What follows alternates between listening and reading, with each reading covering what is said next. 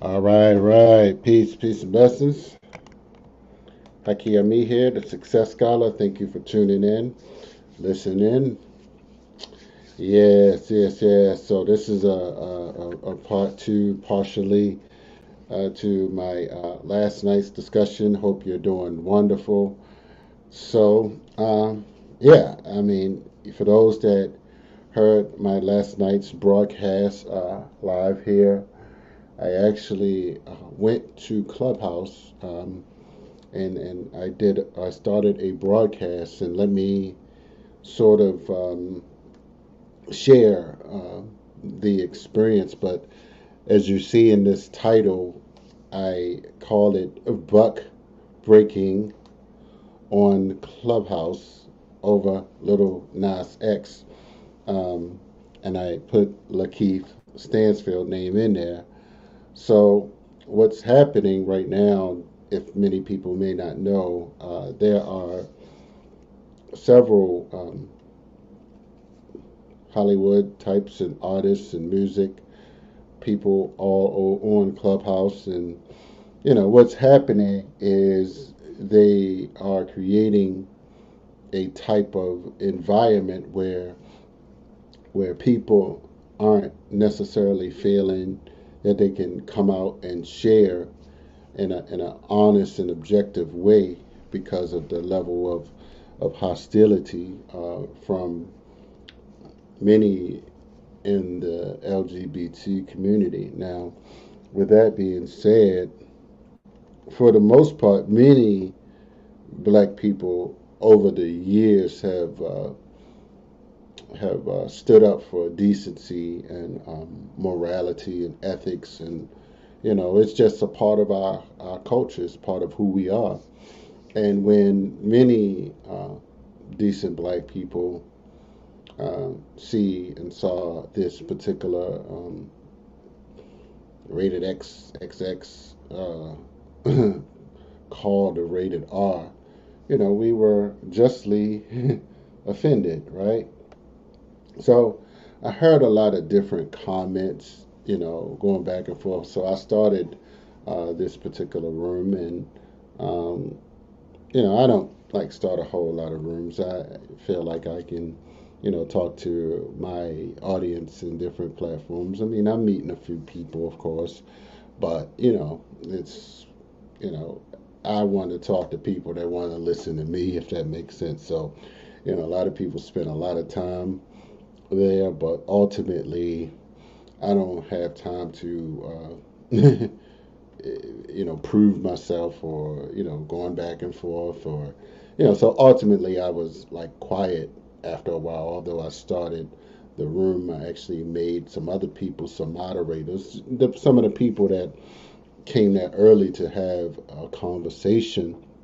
And interestingly, Lakeith Stanfield came in very late, but he was immediately given a moderator badge by some of the other moderators. And I guess that's, people know perhaps what he's about. And, and I'm not necessarily in some of these circles. I know a few people, from different spaces, but, ultimately, it's not about like hanging in these spaces. It's about, doing substantive work for our community and standing up as men and women. But certainly as black men, I have to, when I see certain things, I have to call it out. Now, let's just, dissect this. For the most, so many people know Lakeith Stansfield from, he was in the Get Out film, and he was also in this in Judas and the Black Messiah. He played the William O'Neill character in that film. So you know, I mean, I've seen him in Clubhouse a few times. I mean, I've never had a reason to like speak on this, but you know, many people know that black men uh, kind of uneducated and kind of emasculate, where many aren't able to express themselves. And so what's happening is that many men are attempting to find ways to survive and how to eat well so that they can, attract the best quality female, right? So they're trying to, I guess, make money. So what's happening is many feel, many black men feel that they have to somehow water down their threatening perception or their perceived confident stature or perceived manliness in the face of other global men that are engaged in manly masculine behavior. So when we see individuals being sodomized by a devil, it's not. This is an image of a black man.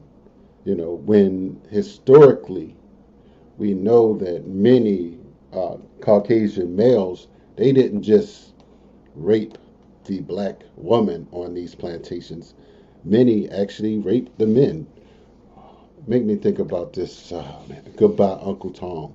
It didn't show some of those scenes there, but there was some conversations later in a follow up that said that this was happening as well. So, Goodbye, Uncle Tom is a documentary that goes rather explicitly and show some of the images of slavery in the United States. So, with that, I wanted to share, and Brian, I wish I could have recorded it because I can't get every thing, but I just started listening after a while. I was like, let me see where this is going. I didn't say too much, although I started it, I was like, let me let these people do that thing. I got, I work with young people. I'm not trying to convince people what a man should be in today's society. If I have to convince men who are in their mid 30s and 40s, of a principle of standards for manhood, many, I think ultimately it's their parents, the men that have been in their life that have failed, right? And their miseducation and willingness to sacrifice and understand that they are part of the global system, racism, white supremacy, whether they choose to acknowledge it or not, whether they choose to understand the absolute war that's going on, against black men. Many may not, they choosing not to understand that. So I saw this piece. I just looked this up. That before Charlemagne the God had a discussion, or they had some little type of disagreement, or if you want to call it a beef, if you will. But let me see. So Lakeith said earlier this week he shared a now deleted Instagram. This is Lakeith Instagram post that accused popular black outlets of harming the African American community. Right? The Shade Room, Lipstick Alley, Breakfast Club, World Star, and many others are anti-black. The text image read. So this is Lakeith Stansfield saying this. He said, Lakeith explained his stance. It is a fact that a lot of these platforms are usually or tend to be feeding grounds for negative reinforcements towards black nonconformists. Whatever that means. They boost a false vanity and hold white supremacy scope over black women black men and women, often highlighting the negative attributes and downplaying mind expanding ones. They serve as a bottomless coward consumption pits and digital audio, otherwise slave mentality museums, all you want. So I'm confused. I mean, you saying all of this about black media, about Lipstick Alley. I mean, I don't like watch. I mean, Shade Room and Breakfast Club and World Star, and you calling them anti-black. But then you were, kind of. I mean, and maybe I got it wrong. Maybe, but like you were just like kind of lukewarm talking about this Lil Nas X fiasco, right? So Charlamagne the God caught wind of the actor's comments and responded in a Charlamagne way by naming Stansfield the donkey of the day. And he said, "You can say any and everything about me. I've damn near heard it all about myself online. But what you won't try to do is fix your lips to call one of my platforms, especially the Breakfast Club, anti-black." Charlamagne said on air before reading Stanfield captions, "I strive every day to be the perfect balance between righteousness and rightness. All right. There isn't another show out there that goes from Byron Allen to black youngster like it's nothing." Charlamagne went on to say he was receptive to critiques, acknowledging he and his co-hosts have made plenty of mistakes on air. However, he made it clear he would not tolerate being called anti-black, especially with someone he believes that caters to white media. Now, so they had like a back and forth that went on for quite some time. Thank you, Nisi. Thank you for sharing. And thank you all. Please subscribe. Please like and share. I appreciate that. And follow me on my YouTube, Haki Ami, on my YouTube. And follow join my Raising Black Consciousness and Raising Consciousness and Capital group on my Facebook page on Facebook, so everyone can join that. So, and what I discovered. So what happened, and I don't know. I mean, I don't like moderate a whole lot of rooms, but what happened was I may have deleted the group by mistake, or the group was stopped on Clubhouse. Now, I don't know if people have that potential of doing that. I don't know if Clubhouse operates like that, like it's a chain, like if there's a chain of command of individuals that actually can start and stop your broadcast. Because I was in this group called Picking Cotton, and I thought that I was like kind of cool with the people that did it. But what I'm seeing, for instance, is that, and I don't know, maybe I was talking to the sister. She said that her husband like stopped it. I'm not gonna say stopped it, but he changed it, because I'm on there, but mostly I'm taking notes. I mean, for real, like honestly, I mean, I'm meeting the right people. I'm connecting in folks' DMs, and pretty much, people can look at my Instagram and they can see that I'm pretty impressive, about everything. So, it's not like I'm, kind of perpetrating online or anything. So, but I was just like, what's going on? I was like, so I was going to try to start another room, but I see that Lakeith Stansfield, Mr. William O'Neill, started another room, like, and it countered, and it said something about Lil Nas X is not the devil. So I'm just like, yo, I mean, like, how you just gonna, and now that I had to go back in this, I remember part of this Charlamagne the God discussion that they had before, but I never like went that much detail. I mean, I only watch Breakfast Club when they have like some real conscious thinkers, some business people. I watch the clip. I never watch them live. at all, because I got things to do and I got to heal myself, my mind, and stay pretty sharp intellectually and spiritually. But so they started other group, and I started like asking some of the mods like what happened, some of the other mods, and they were just like, well, he started another group. And I mean, not that, hey, you can start your own or whatever, but I just felt like, I mean, because they didn't like the title, because I said boycott Lil Nas X. I mean, and that, I mean, before I knew about the whole Nike dynamic, I just wanted to get other people's opinions, and I have no problem with saying that. Yes, I mean, I'm going to encourage young people to not, contribute to that, not buy his album, of course, because what are you getting for real? Like, we have to stop putting these weaponized entertainers up on a pedestal, like their time uh, that they occupy in our minds, and in the minds of young, impressionable young people, is like a standard, or like it's something, like they have more value out here in the world. Like, unfortunately, they get this in their minds because they are controlled by the global elite, right?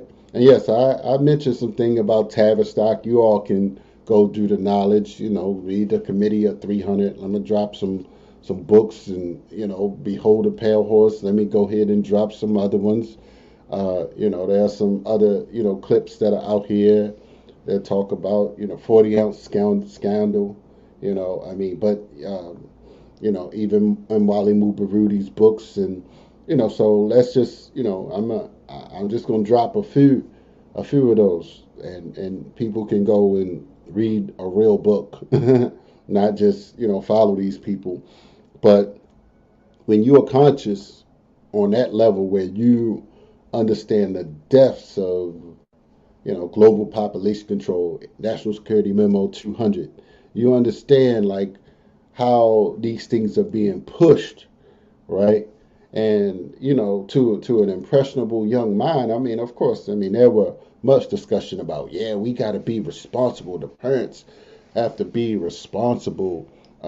Yeah, it's ultimately the parents that are responsible. Well, that may be true, but for someone that has a more of a sociological, in-depth Amos Wilson and Wally Mubarudi type of understanding, Jawanza Kunjufu, that understand some of the structural things that are in place. Not everybody, not every human or child mind grows up to have these understanding. Even when, for instance, even if they have a parent or two that may tell them to do A, B, or C. You see what I'm saying? See, what's happening is, you have a segment of of the population that simply don't necessarily have, parents don't have a right,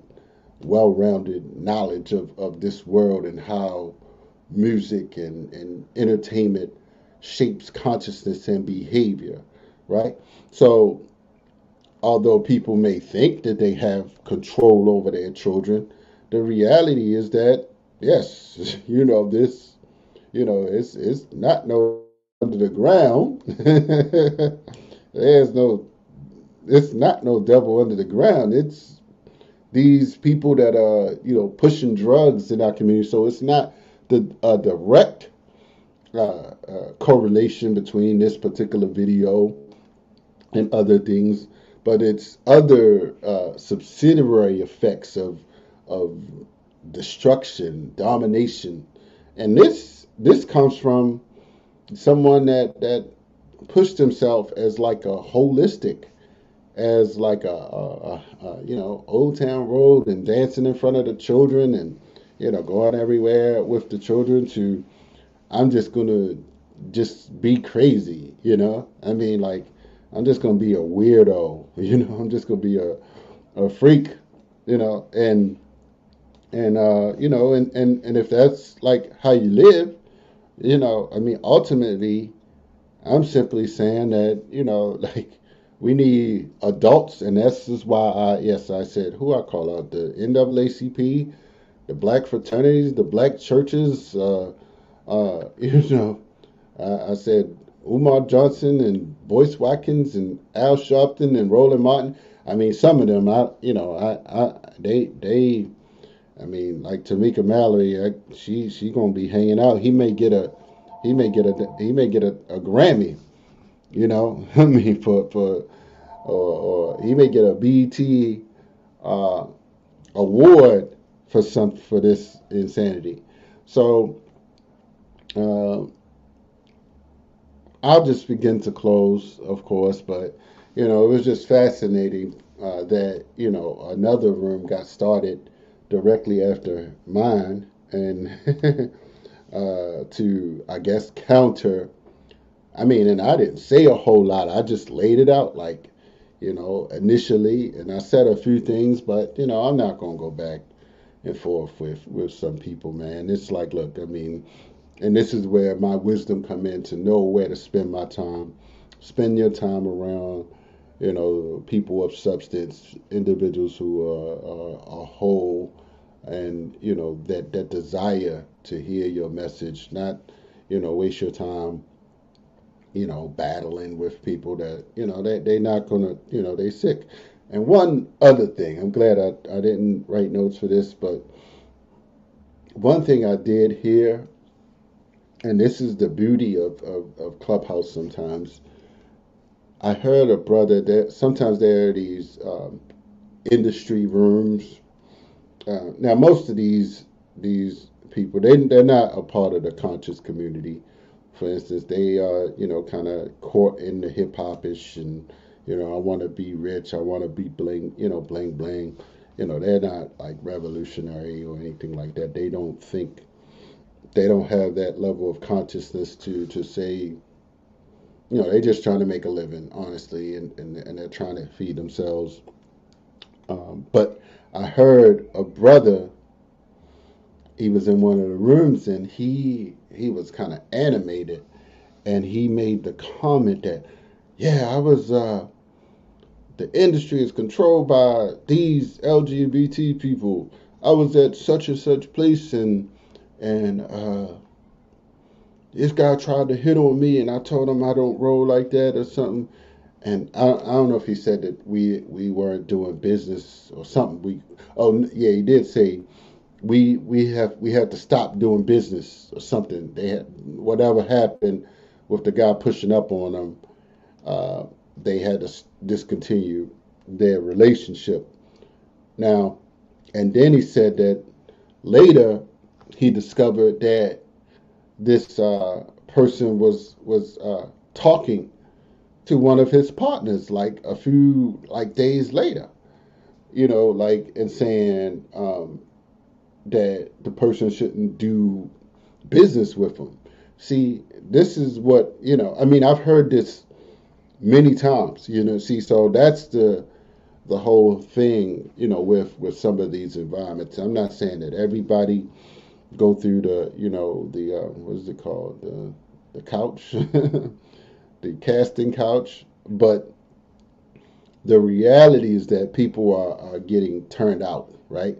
They're getting turned out, and they are projecting these images into the minds of young people. And unfortunately, we don't have the media mechanism to counter some of these negative, uh, uh, destructive, self-depreciating effects of this negative, these negative images that are happening over and over again. And unfortunately, many, even adults. So when I go to places, that's playing some self-destructive music, I'm always conscious. I'm just like, I don't want to be anywhere like that at all. Period. Like, I will leave. Like, you know, I don't care what kind of Phi Beta perpetrators are there, or any miseducated Negroes and individuals who don't understand the dynamics of psychological warfare, and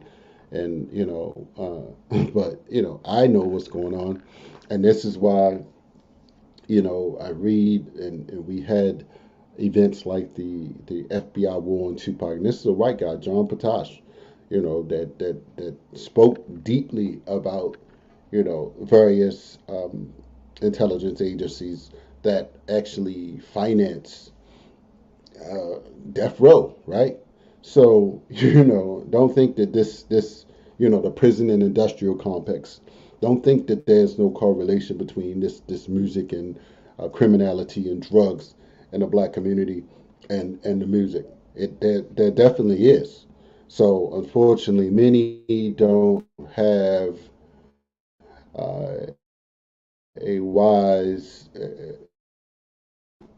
analysis and understanding, and many others, even if they do know, they're not going to say anything about it. But I'm just making it plain and giving a fair warning, of course, and of course, or not. But I know that, and to be able to share, this understanding. So that's all I have to say. Not going to be long. I thank you. I said I was going to do a quick 30-minute, but in closing, of course, uh, I just wanted to say I just didn't think that, knocking me off. I don't know if they did totally, but I was kind of replaced or whatever. but again, this Mr. Judas, William O'Neill, Lakeith uh, uh, Stansfield, brother. Um, I don't know what happened, like recently, from you articulating and critiquing Charlemagne the God to partnering, collaborating, endorsing Lil Nas X and the Weird Machine, and Charlemagne the God probably, some most of these level of of death and manhood to really understand the depths of the psychological warfare that has been operating in the propaganda machine. And that's what I was trying to bring. I was saying that this is a propaganda operation. Like, don't look at it as like art. This is psychological warfare. And best believe that people actually do study mind control, right? And people want to hold and create particular environments, problem, reaction, solutions. So create the problem, create the solution, the reaction to the problem, and then they give you a solution. So, understanding that this is definitely an operation to push a particular agenda. So we have to ask the questions: is this totally beneficial to us to take into our psyche? And as Black people, this is not of our culture. So just let's have some real masculine men, conscious Black men. Please be a supporter of Hakiyami and the work and the conscious raising and the intellectual depth and the strategic organizational work that I've been doing. And certainly we are encouraging individuals. Yes, go back to Africa. Take a trip first. We encourage that. And heading back this year, it's going to be a beautiful experience. So if you're interested in that, do consider coming back. So that's all I have. I'm at my 30-minute mark, and I got a 6 o'clock appointment, but I'm going to come back tonight. I have a sister I'm going to be interviewing, talking about holistic herbs. So definitely join me in 7:30. All right, we are out. Holla at the Success Scholar. Hit me up on my IG, Success Scholar, and on Twitter, Success Scholar 1, since I'm the one and only Success Scholar. Thank you for joining. Peace and blessings.